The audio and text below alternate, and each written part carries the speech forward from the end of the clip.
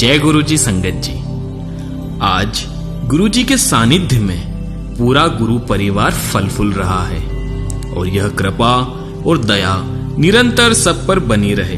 तो चलिए एक बार फिर गुरु जी के अनमोल वचनों में मग्न हो जाएं। गुरु जी कहते हैं, मेरे आशीर्वाद देने के बड़े तरीके हैं, उनमें से एक सत्संग करना भी है। जो बोलता है उसका भी भला होता है और जो उस सत्संग को सुनता है उसका भी भला होता है। जब आप अपने गुरु द्वारा किए कल्याण को सबको सुनाते हो तो आप भी आशीर्वाद पाते हो और सुनने वाला भी आशीर्वाद पाता है। गुरु जी कहते हैं, ऐसा गुरु मिलेगा कहीं? मैं प्रवचन में विश्वास नहीं करता हूं, सब कल्याण वास्तव में करके दिखाता हूं। गुरु जी कहते हैं, जानवर कितने काम करते हैं, मरने के बाद भी हम उनकी खाल से चमड़े के बैग, जूते, बेल्ट इत्यादि बनाते हैं। यहां तक कि मरने के बाद उसे खा भी लेते हैं। पर इंसान मरने के बाद किसी काम का नहीं है। इसलिए इंसान अपने जीते जी सिर्फ पाठ करके अपना जन्म संवार सकता है। गुरु जी कहते हैं, अगर मैंने सिर्फ एक इंसान को भी भगवान तक पहुंचाने के रास्ते पर डाला तो समझो मेरा काम हो गया।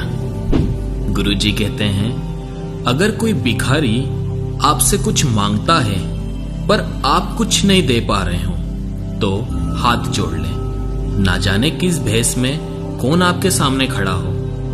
गुरु जी कहते हैं, लोग बेटा तो मांग लेते हैं पर अगर वो मानसिक रूप से विक्षिप्त पैदा हो गया तो, इसलिए लड़का हो या लड़की भेदभाव नहीं करना चाहिए। गुरु जी कहते हैं, कभी भी किसी की निंदा मत करो। ऐसा करने से आपका आशीर्वाद उसे हस्तांतरित हो जाता है और उसकी नकारात्मक कमाई आपकी झोली में आ जाती है।